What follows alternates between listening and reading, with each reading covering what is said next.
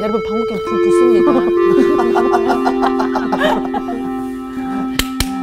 안녕하세요.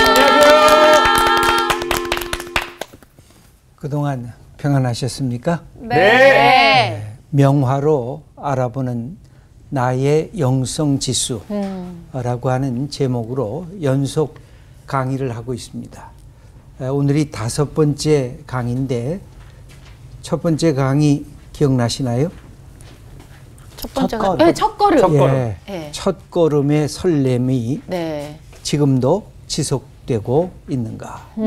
오늘의 설렘이 사라지는 것이 된다면 그것은 우리의 영성이 흔들리고 있다고 하는 뜻일 것입니다. 네. 두 번째 강의 기억나십니까? 말씀하면 기억날 것 같아요. 생각하는 것, 이 think, 맞아요. 기억납니다. Jesus 네. think God이라고 하는 것인데 네. 이 생각이 기도로 승화될 수 있는가? 생각만으로 끝나는 것이 아니라 그것이 나의 고백과 나의 기도로 바뀌어질 수 있는가? 세 번째 강의 기억나십니까? 의심과 믿음. 의심과 믿음. 의심 없는 믿음이 가능한가? 우리가 믿는다고 하는 것은 뒷배경에 의심한다. 나 못 믿겠다. 이것이 뒷배경에 있는 것입니다. 그래서 믿음이란 의심이 없는 것이 아니라 의심을 넘어가는 것입니다. 네. 의심하면서 믿는데 믿음이 더 크다는 뜻이기도 합니다. 그 다음에 지난주의 강의 기억나십니까? 예. 저는 그 명화 중에 그 요나단 품에 안겨서 우는 다윗의 그 명화가 기억이 납니다. 예. 이제 그 남자는 기본 욕구 외에 기본 욕구만큼 센 게 권력 욕인데 그거를 정말 내려놓을 정도로 진정한 우정을 보여주는 그런 요나단과 다윗의 일화가 있다 그러시면서 친구란 신뢰하고 존중하고 그리고 같이 가는 거다라고 말씀하셨던 게 기억이 그래서 납니다. 함께 할 수 있는 친구가 우리들에게 있는가? 이것도 영성에서 굉장히 중요한 것입니다. 네. 단순한 외톨이로 혼자 남는 것이 아니라 내 인생을 함께 동역하는 친구가 있는가? 우리의 영성 지수의 아주 중요한 부분이기도 합니다. 또 그 지난주 봤던 그림에서 지거캐더의 그 시몬이 함께 십자가를 지면서 시몬과 예수님이 너무 닮아 있는 거예요. 마치 쌍둥이처럼. 그 그림을 보면서 제가 뭐 지금 예수님의 얼굴을 똑같이 닮는다기보다 정말 크리스찬이라면 정말 예수님의 그 마음을 우리가 닮아가야 되지 않나 그런 생각이 들었어요. 사실 내가 좋아하고 내가 사랑하면 네. 이렇게 닮게 되어 있죠. 내가 예수님 사랑하면 예수님의 품성을 무엇보다 닮아가게 됩니다. 그런 점에서 예수님이 마지막 친구이면서 동시에 언제나 나의 친구죠. 그러니까 궁극적 친구. 그러나 지금도 친구. 네. 저는 그 아담이 선악과를 따던 그 장면과 에덴 동산에서 쫓겨나는 장면의 그 그림이 인상적이었는데요. 아담이 변명을 하잖아요. 누구 탓을 하잖아요. 근데 가장 사랑해야 될 두 존재를 하나님 탓도 하고 하나님이 주셔서 그렇다. 그리고 또 이브 탓도 하는 것도 너무 슬펐고 자기가 이거 자꾸 하는 그 모습이 자기가 딴 거 같은 느낌이었어요. 그래서 그러니까 누구 탓을 하나. 아내한테 핑계 대지 말라. 그게 아주 와닿았고 많은 남성들이 좀 봤으면 좋겠다 싶었습니다. 특별히 결혼하게 되면 모든 남자들은 그 가정의 책임을 자기가 책임져야 합니다. 잘한 것도 칭찬을 받겠지만 무엇보다 힘들고 어려울 때 어떤 고난이 다가올 때 이게 내가 책임을 지겠다 이런 마음을 갖는 것은 남자의 아주 소중한 미덕이라 말씀드릴 수가 있습니다. 저는 아까 얘기해 주셨던 책임을 지는 부분에 있어서 사실 그 전주에 저는 억울한 거는 잘 좀 어렵더라고요. 그래서 제가 하는 건 안 되고 아내가 하는 건 되는 게 저는 너무 이해가 안 되는 거예요. 그런데 그래서 일단 얘기가 다르니까. 근데 그 얘기를 해주셔가지고 아내한테 얘기를 했는데 그래서 또 물론 그 사이에 또 엎치락뒤치락 싸우기도 했지만 그래도 한 주간 평안하게 또 감사한 것 같습니다. 아주 잘하셨습니다. 사실 남자가 마지막을 책임지는 모습을 보여야 아내가 내가 이 남자하고 결혼한 게 너무 잘 됐구나 하고 남편을 다시금 존중하게 되니까 힘들어도 모든 남자들에게 있는 마지막의 미덕이 이것이에요. 내가 책임질 거다 하는 그것이 신뢰를 우리 아내에게 가져다주는 가장 큰 축복이라고 할 수가 있습니다. 죄송한데 자꾸 힐끔힐끔 쳐다보지 마세요. 그런 말 하실 때 꼭 힐끔힐끔 쳐다보더라고요. 아니 보자. 다 느껴지거든요. 아니, 이런 거 이게. 몰라요. 여자는 360도로 다 이게 눈이 달렸다라는 거. 예. 정면 봤는데. 이제 오늘 5번째 강의는 우리의 영성을 우리가 평가를 할 때 모든 인간 안에는 선한 나도 있고 악한 나도 들어가 있습니다. 어떻게 보면 인생을 살면서 가장 치열한 싸움이 나와의 싸움인 것입니다. 맞아요. 그 싸움을 우리가 어떻게 이겨 나갈 것인가, 그리고 언제 이 선한 나가 내 인생의 주도적 이 나로 이렇게 나를 이끌어 갈 것인가 하는 것이 오늘의 우리의 주제입니다. 오늘 수업 명화로 알아보는 나의 영성지수 5강 악한 나와 선한 나 누가 이기는가? 그러면 서론적으로 우리가 몇 가지 문제를 제기해 본다면 우리를 유혹하는 것 때문에 나와 내 속에 있는 내가 싸움하게 됩니다. 제일 많은 유혹들이 뭘까요? 어떻게 보면 부자 되는 거, 돈에 대한 관심, 네. 재물에 대한 관심, 권력에 대한 유혹, 또 성공이라는 유혹. 이 성공 때문에 내가 갖고 있는 양심도 팔고 내가 갖고 있는 도덕적 개념, 나의 주관적 가치관도 팔아버리는 이런 위험성도 우리 삶에 놓여져 있습니다.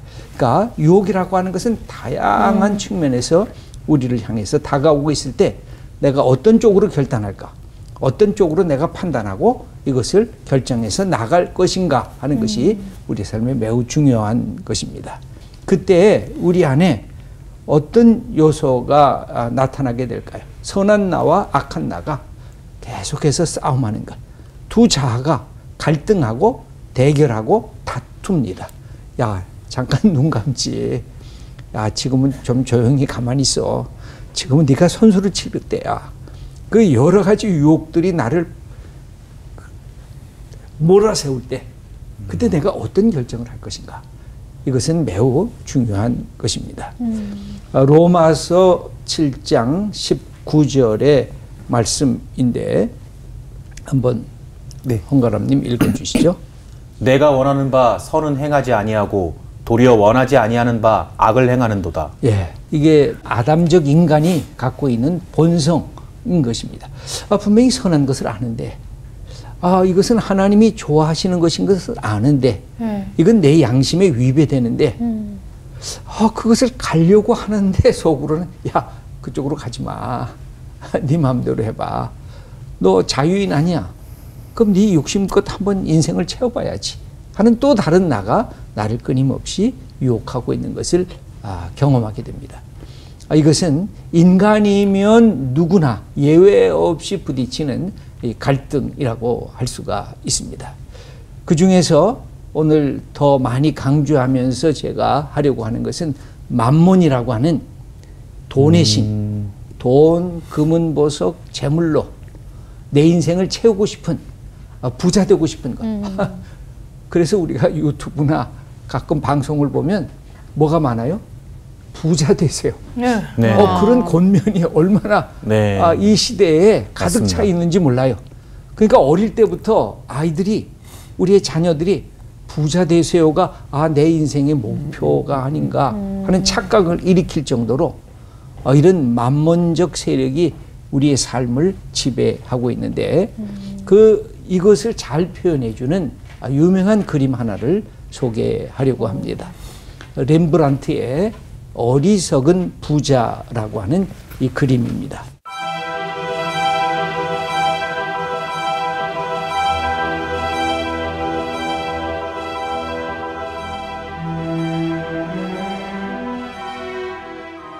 부자 같죠? 뭘 보니까 부자 같아요?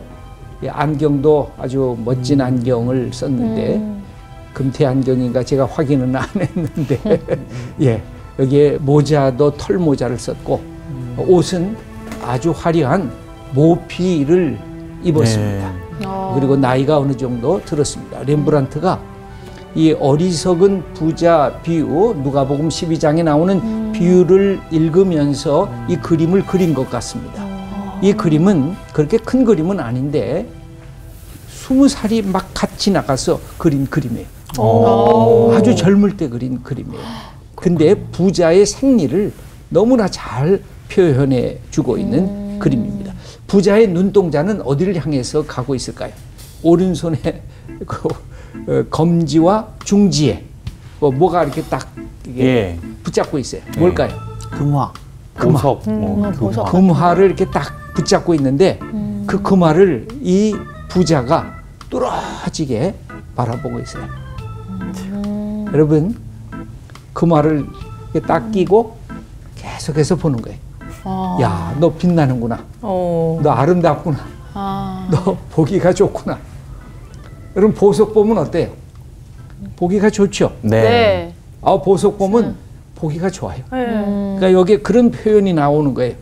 야, 너 보기 좋구나. 너가 최고다. 내가 내 거라니 얼마나 좋으냐. 그런 표정으로 여기에 이 보석을 들여다보고 있어요. 근데 그 밑에는 금화가 있어요. 그 다음에 여기에 저울이 있어요. 그 다음에 여기에 보따리, 돈 보따리가 여기 있어요. 여기에 문서들이 수없이 많아요. 무슨 문서일까요? 집문서, 단문서, 고리대금을 하면서 얻었던 문서들이 가득 차 있어요. 근데 여기에 성경도 있어요. 그죠? 성경은 빛이 나는데 관심이 없어요. 금을 보면서 너무나 좋아하는 부자의 모습이 그대로 드러나고 있습니다. 이 돈이라고 하는 것, 이것은 많은 사람들을 유혹하는 가장 강력한 힘인데 마태복음 6장 24절을 여인정님 읽어주시죠. 한 사람이 두 주인을 섬기지 못할 것이니 혹 이를 미워하고 저를 사랑하거나 혹 이를 중히 여기고 저를 경히 여김이라. 너희가 하나님과 재물을 겸하여 섬기지 못하느니라. 예, 이 돈이라고 하는 것, 재물이라고 하는 것 수준이 어디까지 올라갔어요? 누구와 동급으로 올라가 있어요? 하나님. 예, 하나님과 동급으로 올라가 있습니다. 이 시대가 그렇잖아요. 네. 만모니즘이라고 하는 게 뭐예요? 만몬주의 아니에요. 만몬이 내 인생의 최고의 가치다. 돈처럼 소중한 것이 없죠. 돈 싫어하는 사람 없잖아요. 내가 맛있는 거 내가 취하고, 내가 멋진 집을 짓고, 내가 사랑하는 사람과 함께 사는 그 모든 데에 가장 중요한 것이 돈이기 때문에 그 돈이 가치가 없다는 게 아니라 돈이 나를 지배하기 시작할 때 그때부터 문제가 생겨요.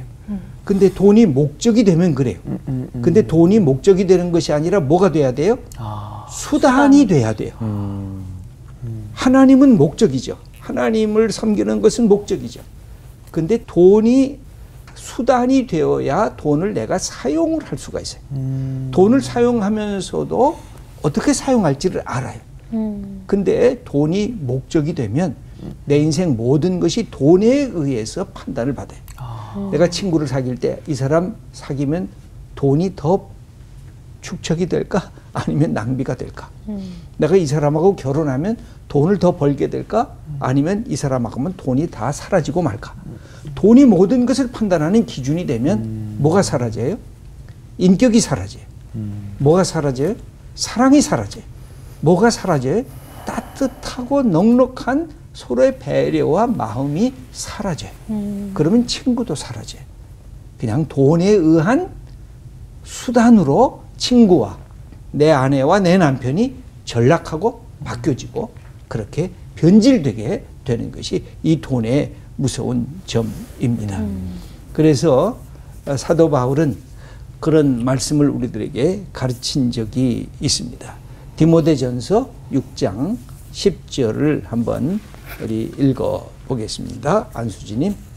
돈을 사랑함이 일만 악의 뿌리가 되나니 이것을 탐내는 자들은 미혹을 받아 믿음에서 떠나 많은 근심으로써 자기를 찔렀도다. 예, 바울은 우리들에게 가르치는 것이 돈을 사랑하는 것, 그러니까 돈에 내가 붙잡혀 매여 있는 것, 이게 모든 악의 뿌리가 된다는 말을 여기에 가르쳐 주고 있습니다. 그래서 여기 부자의 눈동자, 부자의 오른손, 검지와 중지에 들린 금화, 그리고 그 밑에 놓여져 있는 저울이 또 하나의 우리에게 반성적 요소를 우리에게 가르쳐 주고 있습니다. 누가복음 12장 20절의 그 비유에 보면 어떤 것이 나오느냐면 그 부자가 창고를 더 짓자. 내가 거둬들일 것이 많으니까 또 자꾸만 짓자. 그러니까 하나님께서 하시는 아주 유명한 말씀이 있습니다. 또 부자가 갖고 있는 특성이 뭐예요? 조금 더. 조금 더 만족이 안 되는 거예요. 내가 다이아몬드 하나가 있으면 2개가 필요한 거예요. 2개가 필요하면 이번에는 다른 보석이 필요한 거예요.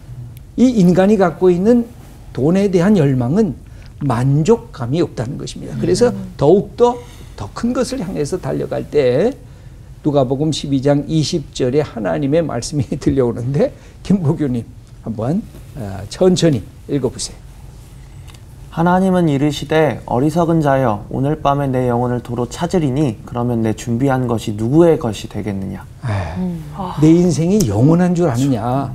내 인생은 제한되어 있어. 그런데 조금 더 하면서 어떻게 해요? 구두쇠가 되는 거예요. 네. 자기만을 위해서 쓰려고 하는 거예요. 나눌 줄을 모르는 거예요. 예수님이 하신 유명한 말씀 중에 뭐가 있어요?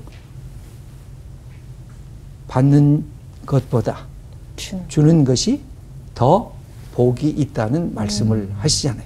네. 그러니까 이게 탐욕적인 사람에게는 주는 것이 아까운 거예요. 내 것을 더 채우는 것이 더 소중한 것이에요.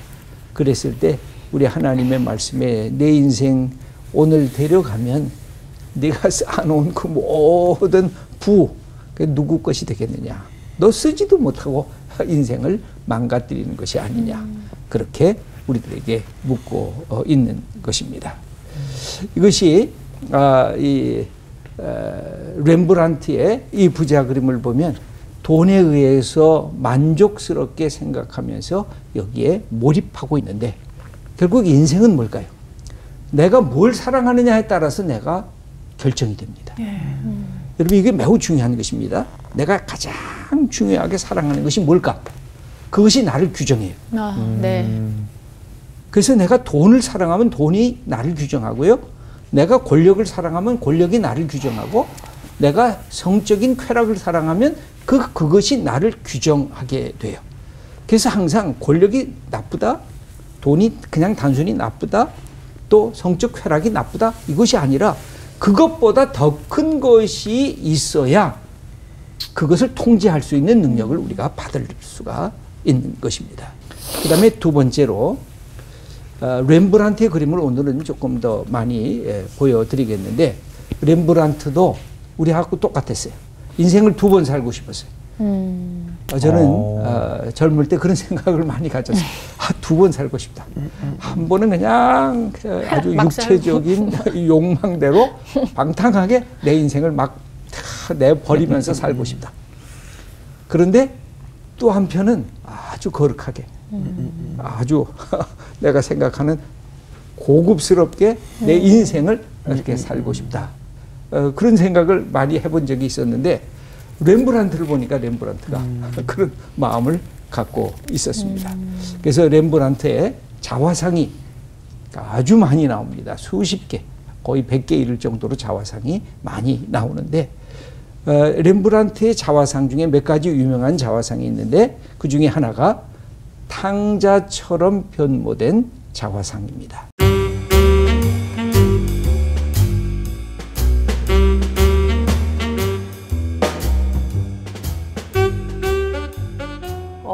여기에 그림이 하나 있는데 여인을 자기 무릎 위에 앉혀 놓고 있습니다. 그리고 오른쪽에 뭘 들었을까요? 술잔인가? 이것이 술잔을 높이 이렇게 들으면서 브라보 하고 외치고 있습니다.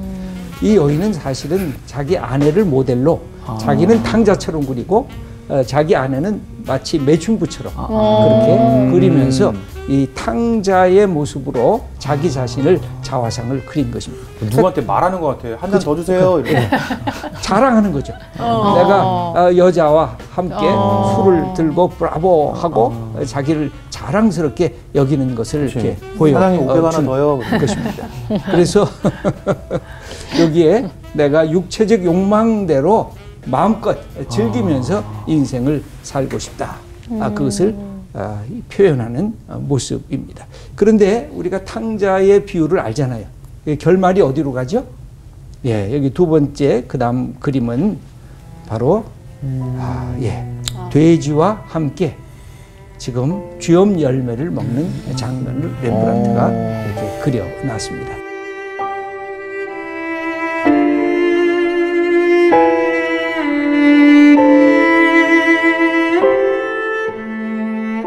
몰골이 아주 초라하게 그려놨어요. 인생이 언제 탕자가 될까요? 인생이 언제 아버지의 집을 떠날까요? 모든 인생이 그런데 내 것이 있으면 떠나려고 합니다. 여러분, 우리가 하나님을 믿지 않고 하나님으로부터 멀리 떠나가려고 할 때 어떤 것이 있을까요? 내 것이 있어야 돼요. 지식이든지 돈이든지 어떤 건강이든지 내가 할 수 있는 여건이 풍성하든지 내 속에 친구가 많든지 내 것이 있으면 하나님을 떠나가려고 그래요. 이 인간이 갖고 있는 속성이에요. 그럼 언제 다시 하나님으로 아버지 품으로 돌아올까요? 내 것이 다 떨어지면. 다 떨어졌을 때. 그래서 예수 믿는 사람에게는 어떤 경험이 있는 줄 아세요? 알게 모르게. 실존적으로 경험이 있든지 현실적으로 경험이 있든지 아니면 육체적으로 경험이 있든지 내 것이 바닥났다고 생각했던 경험들이 예수 믿는 사람들에게 있어요. 실존적으로. 맞아. 나는 형편없는 놈이야. 나는 이거 아파. 내 육체가 이게 언젠가는 꺼져갈 거구나. 내 인생 이게 의미가 있을까?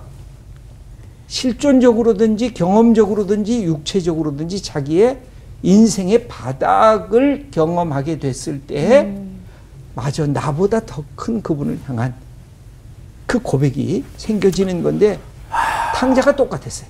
저 바닥을 경험하는 거예요. 자기가 뭐하고 똑같은 존재가 됐어요.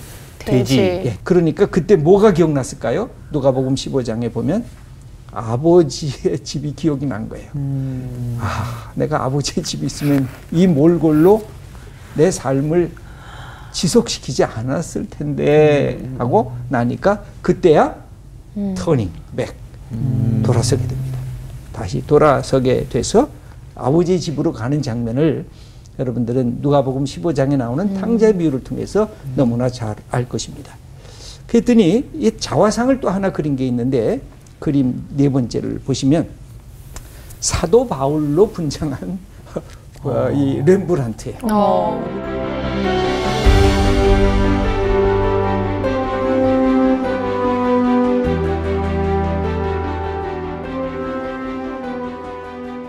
탕자에서 사도 바울처럼 근엄하게 자기가 성경을 이렇게 읽으면서 쓰고 있는지 성경을 읽고 있는지 그래서 반듯하게 자기를 사도 바울의 모습으로 그렇게 그려주고 있습니다. 찜질방 양머리처럼. 그치. 이게 두 가지의 마음이 있는 거예요. 마음껏 놀고 싶은 마음과 나도 말씀에 근거해서 거룩한 삶을 살고 싶은 이 마음이 있는 것입니다. 이것이 우리 속에 있을 때 바로 선한 나와 악한 나가 내 속에서 끊임없이 투쟁하는 그 모습을 그대로 보여주고 있는 것입니다. 네. 그러면 이럴 때 어떻게 정신적이고 영적인 근성을 우리가 키워야 될 것인가? 우리가 다 싸움하고 있잖아요. 누구도 예외가 없잖아요. 그러면 어떻게 내가 이 선한 나가 악한 나를 이길 수 있게 만들어야 될까요? 이것도 50대 50이면 어떻게 돼요? 이겼다 졌다 하잖아요. 근데 선한 나가 51%고 악한 나가 49%면 누가 이겨요? 선한 나가 이기지만 그러나 악한 나도 자꾸 이기잖아요. 네. 언제 이긴다고 생각을 하죠?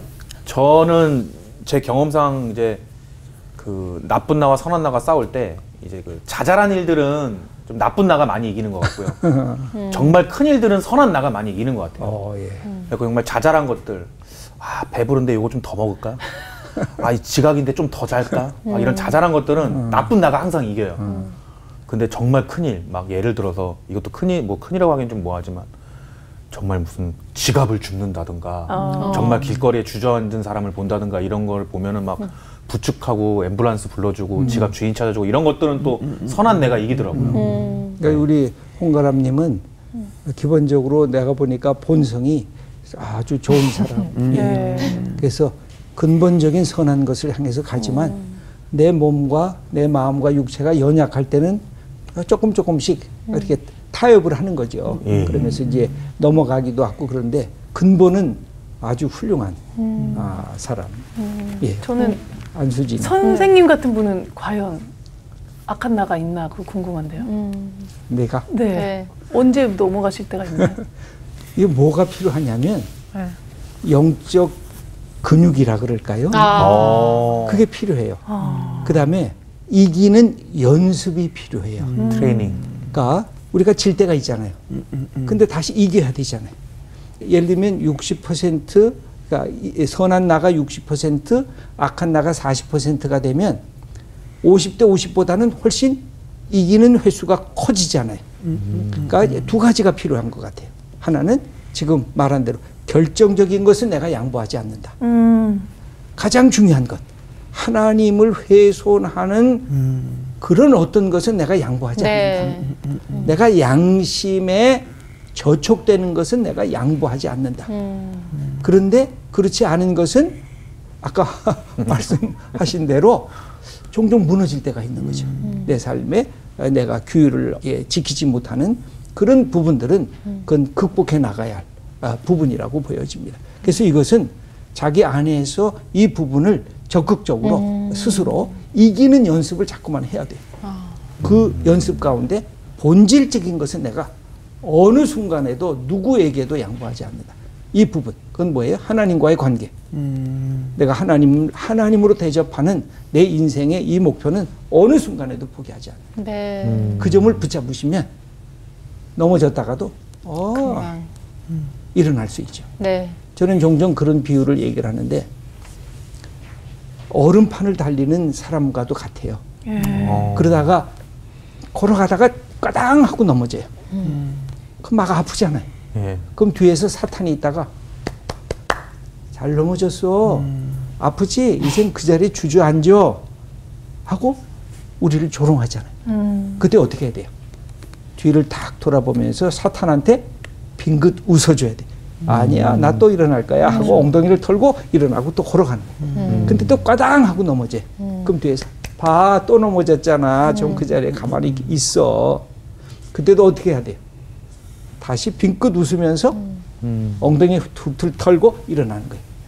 3번, 4번, 5번, 6번 하면 뒤에 사탄이 야야 이제 그만 넘어져. 너 빨리 가. 난 다른 사람 찾을 거야. 맞아요. 그렇게 가게 되는 거예요. 네. 그런 점에서 우리가 이 반복해서 넘어졌다가도 다시 일어서는 자기 이기는 훈련을 해야 이게 궁극적으로 모든 것을 넘어가는 그런 용기도 얻을 수 있고 그런 삶의 자리로 우리가 들어갈 수가 있는 것입니다. 그러면 여기에서 두 가지 그림을 여러분들에게 소개하려고 합니다. 하나는 렘브란트의 다 오늘 그림인데 유다가 잘못했을 때 가졌던 후회하는 모습과 그 다음에는 베드로가 예수님을 부인했을 때 다시 회개하는 모습, 그 두 가지를 보도록 하겠습니다.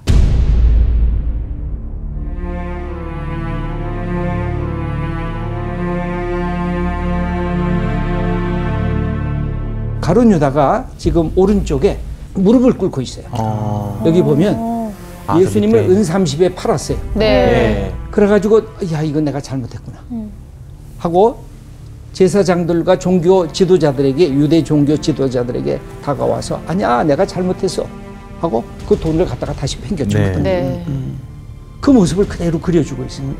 그러면서 두 손을 모아서 지금 야 이거 안 돼 이거 다시 뒤집자. 그런 모습인데 유다에게는 가장 결정적인 문제가 바로 뭐냐면 깊이 후회를 한 것 같아요. 내가 스승을 팔았어. 근데 한 단계를 더 가야 되는데 네. 한 단계 더 가는 데서 멈춰서 버렸어요. 그게 무슨 차이가 있는가 한번 생각해 보세요. 그러면 그림 6번째를 한번 보도록 하겠습니다.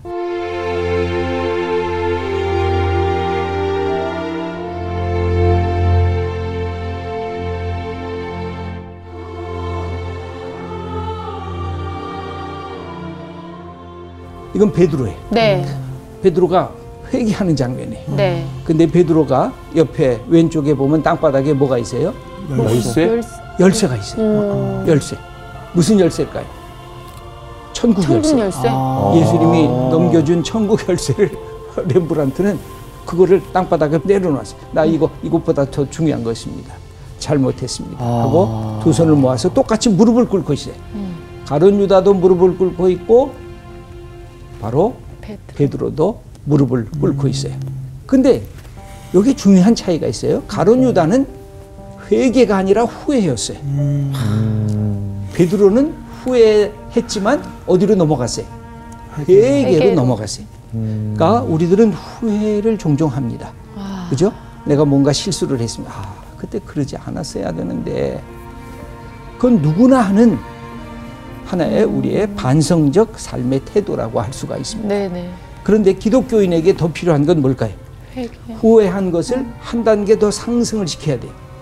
회개를 해야 새로운 출발점에 다시 설 수가 있어요. 후회만 하면 출발이 안 되는 거예요. 네. 과거 지향적이 되는 거예요. 과거에 상처난 것으로 자기를 자꾸만 몰아세우는 거예요. 그래서 스스로 우울하게 되고 자기 연민 속에 빠지게 되고 스스로 자학하게 돼요. 그래서 가룟 유다는 어디로 몰아갔을까요? 자기를 자살로 자기를 죽이는 엄청난 행위로 자기를 몰아가 버렸어요. 왜? 회개하지 않고 후회만 했기 때문에. 김복규님 질문이 있어서 손 들었는데. 저번에도 여쭤봤었는데 그러면 가룟 유다도 사실 어떻게 보면 그 돈을 돌려주려고 했고 회개의 어떤 행위를 했던 거잖아요. 그러면 근데 만약에 가룟 유다가 여기에서 그럼 구체적인 어떤 회개를 했으면 그 용서를 받았을까요? 예. 그러니까 여기서 보면 내가 후회의 대상이 여기 보면 종교 지도자들이에요. 근데 회개는 어디로 가야 돼요? 하나님 앞에. 하나님을 향해서 나아가야 회개가 되는 것이에요. 그런 점에서 렘브란트는 베드로가 네. 하나님 앞에 무릎 꿇고 그렇게 앉아 있는 모습을 그려주고 있는 것도 이 대상이 다른 거예요. 네. 예를 들면 내가 아내한테 잘못했다. 미안해 하고 얘기를 할 수가 있잖아요. 근데 더 근본적으로는 뭐예요? 하나님 앞에서 내가 오늘 아내를 미워해서 이런 일을 한 것 같습니다. 그러면 그 다음에는 바뀌어지기 시작해요. 맞아. 근데 아내에게만 그냥 얘기를 해버리고 말아버리면 그건 그 다음에 반복될 위험성이 더 많아지는 거죠. 그래서 여기에 가룟 유다와 베드로의 결정적인 차이점은 똑같은 점에서 은화를 내던졌고 베드로는 천국 열쇠까지도 다 내려놔서 자기 자신을 성찰하는 후회적인 자리까지 갔는데 결정적인 자리가 후회에 머무른 이 가룟 유다의 모습과 그것을 하나님 앞에서 회개까지 하면서 변화시킨 베드로의 모습 속에 결정적인 차이가 있는 것입니다. 그래서 우리는 라틴어로 종종 그런 얘기를 하잖아요. 꼬람 데오. 이 꼬람 데오라고 하는 말은 뭐예요? 하나님 앞에서. Before God. 하나님 앞에서 그런 뜻이거든요. 예? 그러니까 하나님 앞에서 내 모습을 어떤 모습으로 간직해야 되는가. 그럴 때 뭐가 생겨요? 다시 출발할 수 있는 용기가 생기는 거예요. 회개가 하나님이 주신 최고의 선물 중에 하나예요. 네. 맞아. 그래서 어느 때나 내가 잘못했다 그러면 하나님 용서해 주세요. 나 다시 출발할게. 다시 시작할게. 하나님 내게 용기를 주세요. 내게 능력을 주세요. 하고 나아갈 수 있게 하는 것입니다. 이런 점에서 우리가 인생에서 죄를 범할 때, 또 실수할 때, 실패할 때 늘 필요로 하는 것이 그거예요. 7장과 8장이 존재해요. 로마서 7장은 뭐예요? 아담적 인간이. 네. 로마서 8장은 뭐예요? 그리스도 안에, 성령 안에 있는 인간이에요. 그래서 7장에서 고민하고 있을 때 끊임없이 우리를 어디로 바꿔야 돼요? 8장으로 넘어가야 돼요. 그러니까 7장은 모든 인간이 똑같이 경험하는 것이에요. 예수 믿는 우리들에게도 똑같이 경험하는 것이에요. 그때마다 누구를 요청해야 돼요? 예수 그리스도, 성령을 우리가 요청을 해야 돼요. 그래야 회개까지 이르게 되는 것입니다. 회개는요, 이게 저절로 되질 않아요. 우리의 마음을 누가 감동시켜야 돼요? 성령님께서 우리의 마음을 감동시켜야 회개가 시작이 돼요. 근데 성령께서 감동을 안 시키면 우리가 어디에 머물러요? 후회에 머물러요. 네. 그냥 자기 성찰, 자기 반성적인 그 자리에 머무르고 진정한 궁극적 변화의 자리까지 안 들어가는 거예요. 네. 예, 이제 마무리를 해야 될 것 같습니다. 그러면 우리에게 몇 가지 적용을 해보는데, 내가 사랑하는 대상을 그 중요성의 순서에 따라서 한번 적어보는 것도 좋을 것입니다. 내가 가장 사랑하는 것, 이게 뭘까? 그것에 따라서 내 인생이 여태까지 어떻게 왔는가 하는 것을 가늠해 볼 수가 있어요. 이 일종의 기준표와 같지요. 그래서 내가 뭘 그렇게 위에서 여태까지 그렇게 애쓰면서 살았는가. 그 대상이 인격적인 것인가 아니면 물질적인 것인가, 그것도 구분할 필요가 있어요. 내가 아내를 사랑하는 게, 내가 남편을 사랑하는 게 뭐 때문에 사랑하는가? 내가 자식을 키우는 게 뭐 때문에, 무슨 목표를 갖고 내 자녀를 키우는가?